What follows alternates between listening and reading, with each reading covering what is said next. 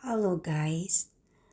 May nabasa ko na mga bahay daw sa Canada, magaganda, pati sasakyan, pero utang. Yes, kahit saan ka naman.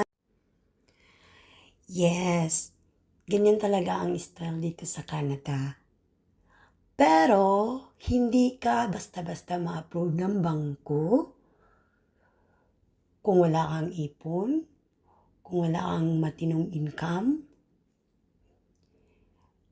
at kung wala kang permanenteng trabaho. Kaya ang pagkuha ng bahay dito sa Canada, kahit dumaan ka ng bangko, is a blessing. Kasi hindi ka basta-basta ma-approve. Tsaka kahit saan ka man, mga subdivision sa ibang bansa, kahit saan, kahit sa Pilipinas. Kapag magagandang bahay at mga sasakyan, talagang dumadaan yan sa bangko, sa refinancing. Kaya, pasalamat ka talaga. Kasi bihira lang magkaroon ng bahay ng mga Pinoy dito sa abroad. Dahil hindi basta-basta makakuha. Kung wala kang matinong ipon, wala kang maayos na income, at permanenteng trabaho. Kaya favor pa rin ni Lord lahat. Yun. Bago ka kumuha ng bahay dito sa Canada, kailangan maganda ang credit score mo. Titingnan ng bangko yun. Kailangan mong panatiling maayos ang credit score mo.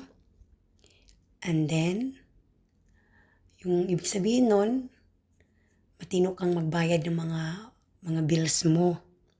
Tapos, may savings kang pang down. Minsan,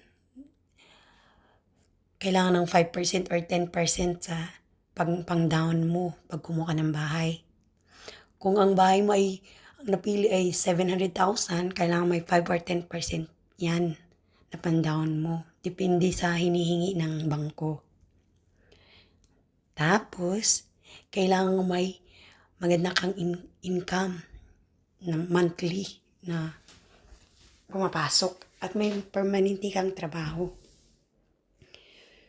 Yun ang kailangan mong paghandaan. Kung gusto mong kumuha ng bahay dito sa Canada,